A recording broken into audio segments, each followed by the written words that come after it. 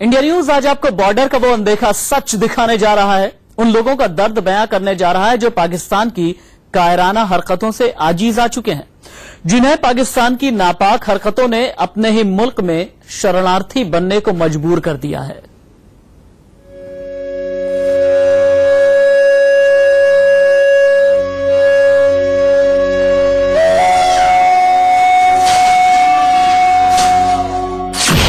सरहद पर पाकिस्तान के पाप से पलायन का दंश। सरहद पर पाकिस्तान के पाप से पलायन का दंश।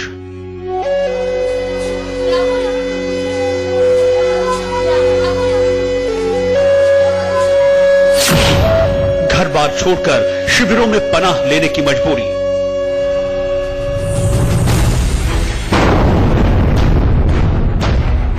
अब तक आपने पाकिस्तान की उकसावे भरी कार्रवाइयों और सीज़फायर उल्लंघन की बहुतेरी तस्वीरें देखी होंगी, लेकिन ऐसी तस्वीरें इससे पहले कभी नहीं देखी होंगी।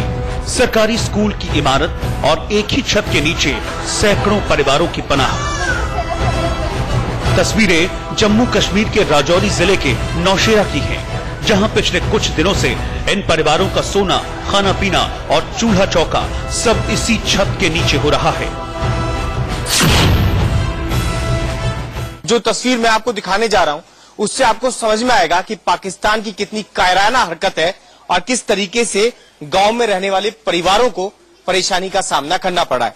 ये वो लोग हैं जो पाकिस्तान से लगे हुए बॉर्डर के आसपास के गांव में रहते हैं, लेकिन अब लगातार फायरिंग हो रही है, जिसकी वजह से अब इन्हें कैंप में रहना पड़ा है, एक स्कूल में रहना पड़ रहा है। सरपंच है यहाँ के।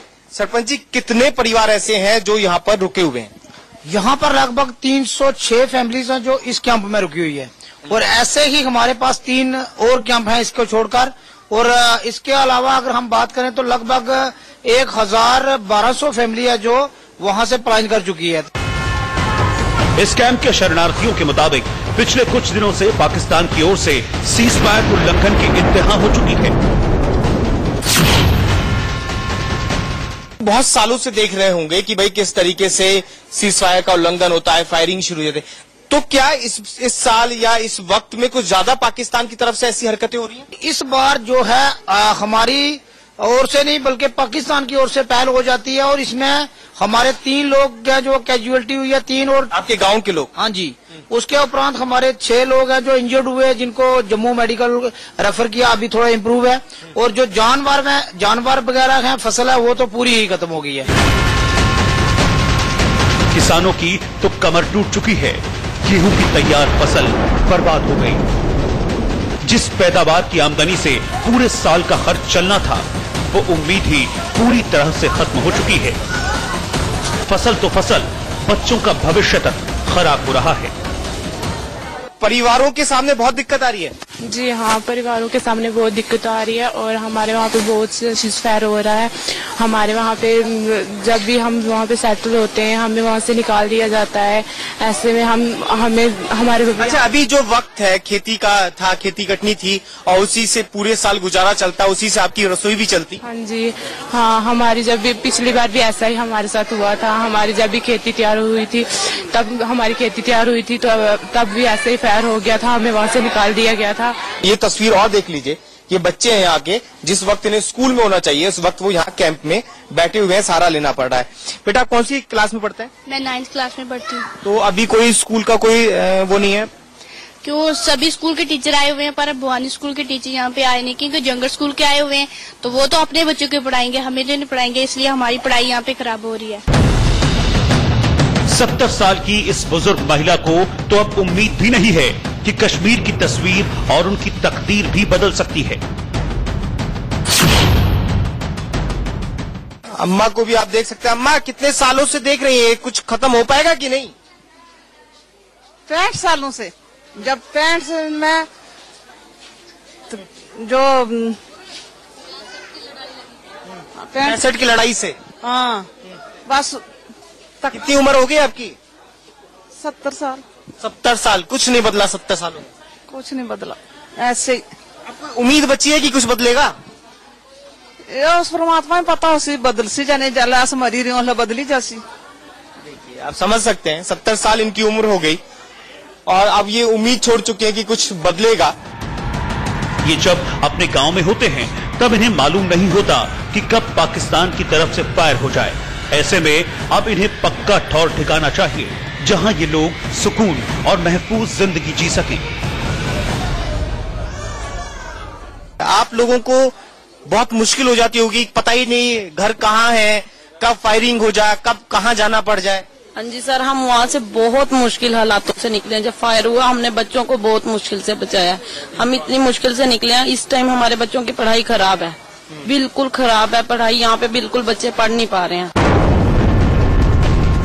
पाकिस्तान की घटिया और कायराना हरकतों से ये इतने तंग आ चुके हैं कि इन्हें अब मौत से भी डर नहीं लगता। लेकिन इनकी ख्वाहिश बस इतनी सी है कि मरते वक्त कम से कम पानी तो चैन से मिले।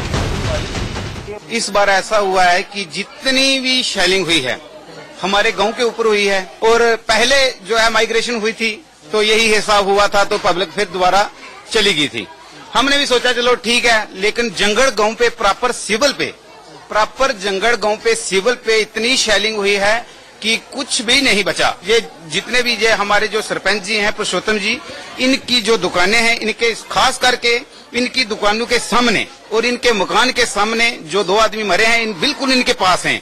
और ऐसे हुआ है कि जैसे छाननी होती है, दीवारें और मकान ऐसे बने हुए हैं, और ऐसा पता चल रहा है कि यहाँ पे कोई नहीं रहता। ये लोग पाकिस्तान की छिप छिप कर वार करने की कायराना हरकतों के चलते बार बार इस कैंप में आने को मजबूर हैं। सवाल उठता है कि पाकिस्तान तिलमिलाया क्यों है? वो बेगुनाह आम हिंदुस्तानियों को निशाना बनाकर बुज़दिली क्यों दिखा रहा है? मैं यहाँ से 23 किलोमीटर दूर पाकिस्तान से सटे हुए गांव जंगड़ का रहने वाला हूँ, और वहाँ के हालात इस तरह हैं कि शायद वो इलाका ऐसे लग रहा है किसी युद्ध की स्थिति है वहाँ पे। मतलब कोई वक्त ऐसा नहीं है जिस समय फायरिंग रुक रही हो। बिल्कुल सर, कोई वक्त ऐसा नहीं है, कोई टाइम ऐसा नहीं बना है कि कब होगी फायरिंग और कब नहीं हुई। लगभग जब से सर्जिकल स्ट्राइक हुआ है हम 6 बार रिफ्यूजी कैंपों में आ चुके हैं, और वहाँ हालात इस तरह से बन चुके हैं कि हम तो अपने घरों में जाने का तो दिल ही नहीं करता। लगभग मकान जो टूट चुके हैं। हम आपको सरहद के करीब उस गांव में भी ले चलेंगे जहां इन दिनों चारों तरफ सिर्फ सन्नाटा पसरा है। इंडिया न्यूज के साथ ग्राउंड जीरो पर पहुंचे उस सेलिब्रिटी से भी मिलवाएंगे जिसने बॉर्डर के अनदेखे सच को अपनी आंखों और हमारे कैमरों के साथ देखा। पुलकित नागर, नौशेरा, इंडिया न्यूज। इस कैंप का जायजा लेने के बाद इंडिया न्यूज की टीम बॉर्डर के बिल्कुल करीब पाकिस्तान से सिर्फ 3 किलोमीटर दूर उस गांव में पहुंची जहां कायर पाकिस्तान के कहर ने गांव वालों की जिंदगी को जहर बना दिया है।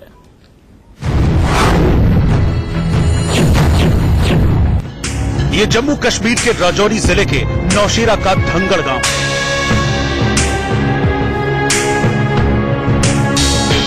देखिए गांव कितना वीरान है।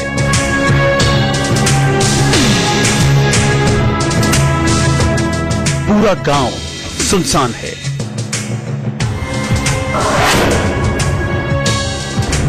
मौजूद हैं तो सिर्फ पाकिस्तान की नापाक हरकतों के निशान। दरों दीवार पर, छतों पर, दुकानों पर, या यूं कहें कि हर तरफ मोर्टार और गोले के निशान ही निशान।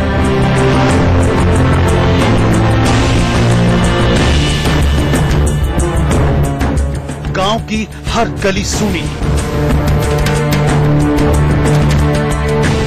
हर आंगन सूना। इक्का दुक्का लोग हैं, लेकिन ये वो लोग हैं जो नौशेरा के कैंपों से यहां अपने घरों की हालत का जायजा लेने आए हैं। गांव के अंदर लोग आना शुरू कर रहे हैं, लेकिन हालात देखिए घरों के क्या हालात हो गए। ये जो गेट टूट गया है, ये आप कहाँ से लेके आए? ये सर वहाँ खड़ा था गेट, उतना दूर जाके गिरा था? जी सर, उधर पड़ा था, वहाँ से हम उठा के लाए गेट। तो यानी कि स्मॉल वेपन से तो अटैक नहीं था, ये तो अच्छा खासा हैवी था। 7 से 8 फुट दूर जाके पड़ा था ये जो गड्ढा है आप जो देख रहे हैं अभी, यहाँ पे ही पाकिस्तान द्वारा दागा गया रॉकेट यहाँ गिरा, और उसके बाद की तस्वीर आप देखिए कि पूरा का पूरा घर यहाँ तबाह हो गया, और जो उसके पास में लोहे का गेट था वो बहुत दूर जाकर गिरा।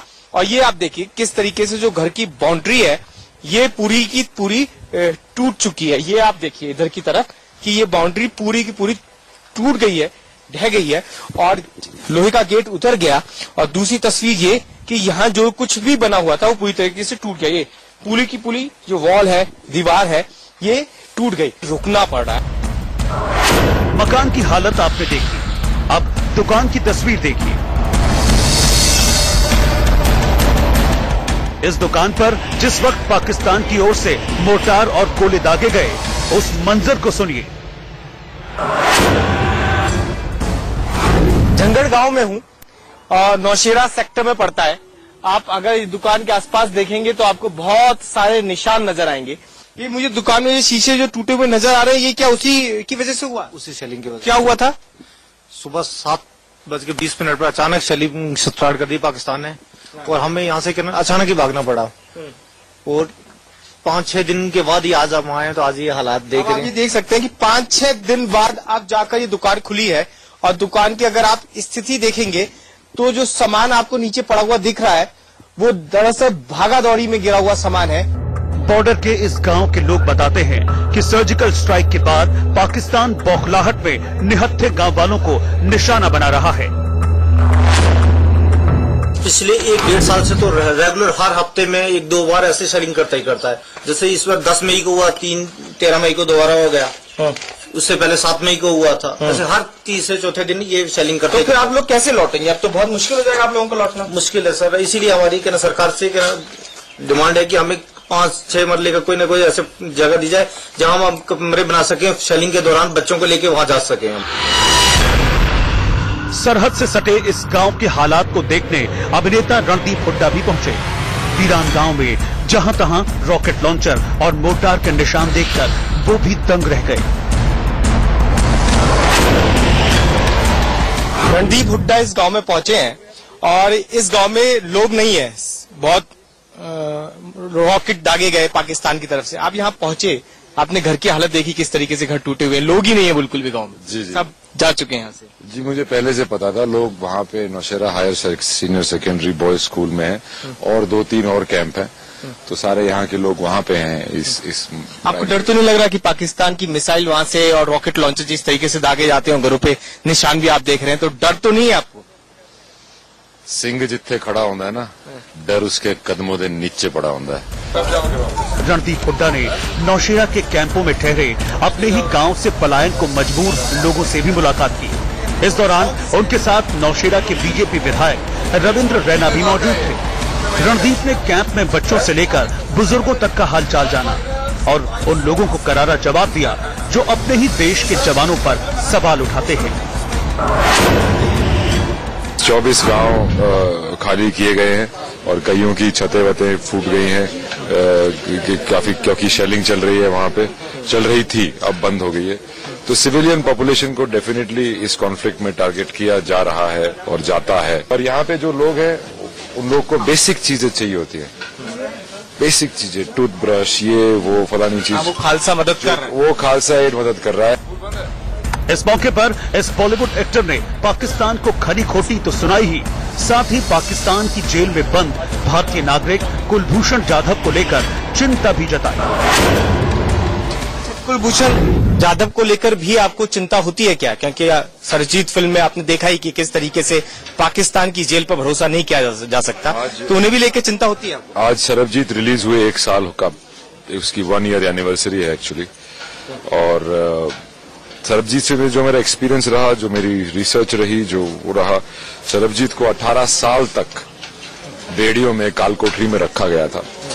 आई जस्ट होप कि कुलभूषण यादव के साथ उतना बुरा व्यवहार ना हो रहा हो, ऑल्दो मुझे लग रहा है शायद हो रहा होगा। बॉर्डर के गांव की ये त्रासदी है कि उस पार बुज़दिल पाकिस्तान है, जिसमें सामने आकर लड़ने की न ताकत है और न हैसियत। ऐसे में वो चोरी छिपे यूं ही हिंदुस्तान के बेगुनाह लोगों को निशाना बनाकर अपनी कायरता का मुजाहिरा कर रहा है। लिहाजा गीदड़ पाकिस्तान की जुबान पर हमेशा के लिए लगाम लगाने की दरकार है, ताकि फिर सरहद के करीब बसे गांव के लोगों को इस कदर राहत शिविरों में पनाह न लेनी पड़े। पुलकित नागर, नौशेरा, इंडिया न्यूज। जम्मू कश्मीर में सीआरपीएफ ने पत्थरबाजों पर काबू पाने के लिए ऐसे इंतजाम किए हैं जिससे सांप भी मर जाएगा और लाठी भी नहीं टूटेगी, यानी बिना जान गंवाए पत्थरबाज अपनी हरकतों से हमेशा हमेशा के लिए तौबा कर लेंगे।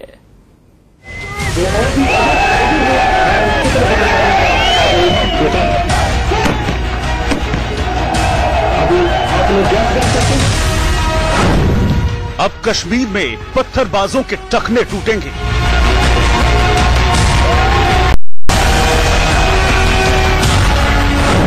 अब कश्मीर में पत्थरबाज रोते रोते भागेंगे।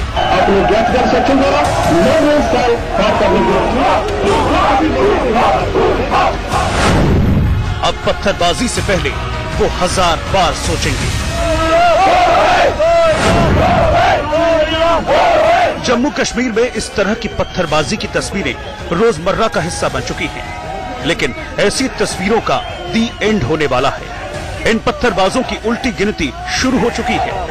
इन पत्थरबाजों की जान तो नहीं जाएगी, लेकिन इस स्पेशल ट्रेनिंग के बाद जब इन सुरक्षा बलों से पत्थरबाजों का सामना होगा तो ये पत्थरबाज अपनी इन हरकतों से तौबा कर लेंगे।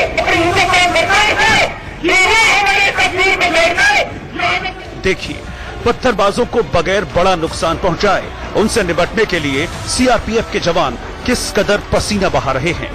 जिस्म को फौलादी बनाने वाली ट्रेनिंग के अलावा पत्थरबाजी के हालात का सामना करने की भी पुरजोर और पुख्ता तैयारी है।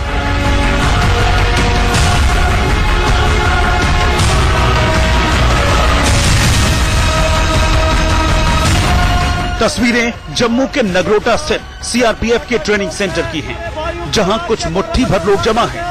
इनमें से एक इनका आका है जो भड़काऊ तकरीर दे रहा है। तकरीर खत्म होते ही भीड़ इसके झांसे में आकर नारेबाजी शुरू कर देती है। आजादी की नारेबाजी।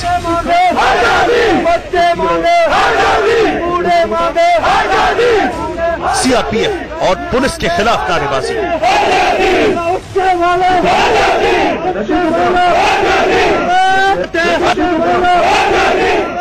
नारेबाजी करते करते ये लोग पत्थरबाजी भी शुरू कर देते हैं। दूसरी तरफ सामने सुरक्षा बलों की टुकड़ी इनसे शांत रहने की गुजारिश के साथ साथ शोर शराबा छोड़कर अपने अपने घर लौटने की अपील कर रही है, लेकिन इन सब का इन गुमराह लोगों पर असर नहीं पड़ रहा और भीड़ ने सुरक्षा बलों पर पत्थरबाजी तेज कर दी। ऐसे में अब जवानों के सामने खुद को बचाने और भीड़ पर काबू पाने की चुनौती है, लिहाजा वाटर कैनन का इस्तेमाल किया गया।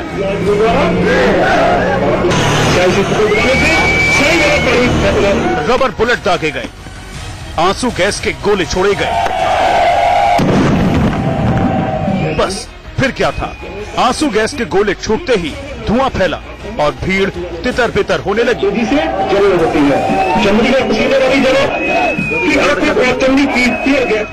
लेकिन ये क्या, भीड़ ने आगजनी शुरू कर दी, फिर से पत्थरबाजी चालू कर दी। अब सुरक्षा बल और पत्थरबाज बिल्कुल आमने सामने आ गए। सुरक्षा बलों को खुद की हिफाजत के साथ साथ इन लोगों की भी पूरी चिंता है। ऐसे में जानलेवा हथियार का इस्तेमाल भी नहीं करना है, लिहाजा निशाने पर पत्थरबाजों के टखने हैं। सीआरपीएफ की इस खास ट्रेनिंग का मकसद इन जैसे पत्थरबाजों पर ही काबू पाना है, लिहाजा नगरोटा के इस ट्रेनिंग सेंटर में अचूक और अनूठी ट्रेनिंग चल रही है। हम हर एक अपने काम के लिए अकाउंटेबल रहते हैं और कोशिश करते हैं कि हमारी बेस्ट पॉसिबल जो रिस्पांस हो वो हम उसको दिखाएं। हमने खुद एक स्टैंडर्ड ऑपरेटिंग प्रोसीजर बनाए हैं और उससे हम लोगों को, अपने जवानों को ट्रेन करते हैं कि किस प्रकार से कम बल का उपयोग करके अनलॉफुल असेंबली को डिस्पर्स करें। जैसा कि पुलिस फोर्सेस में एक ट्रेनिंग दी जाती है कि प्रोग्रेसिव यूज ऑफ फोर्स, आप हमेशा फोर्स का यूज प्रोग्रेसिव वे में करते हैं। पहले तो उन लोगों को हम समझाते हैं, मेडिएशन करते हैं, उन्हें बताते हैं कि आपका मजमा अनलॉफुल मजमा है, आप यहाँ से चले जाएं, डिस्पर्स हो जाएं। उसके बाद धीरे धीरे जो है बल बढ़ाई जाती है और हर एक बार उनको ये कोशिश की जाती है कि ये कम से कम बल में ही डिस्पर्स हो जाए और ऐसा कोई काम ना करे जो कि इलीगल हो। तो इसी प्रक्रिया के तहत आपको 8 चरण कि एसओपी जो हमारी है उस एसओपी के बारे में दिखाया गया है और मेरे जो हमारे यहाँ कार्मिक है, जो यहाँ प्रशिक्षणरत कार्मिक हैं, उन्हें इस बारे में अच्छी तरीके से ब्रीफ कर दी गई है। इन जवानों का मकसद साफ है, आतंकी किसी कीमत पर बचने न पाएं और आम लोगों को किसी सूरत में नुकसान न होने पाए। यह सुनिश्चित करना है कि किसी भी तरह से कोई सिविलियन को किसी तरह का कोई हानि ना पहुंचे, लेकिन at the same time militant भी बच के ना भागने पाए।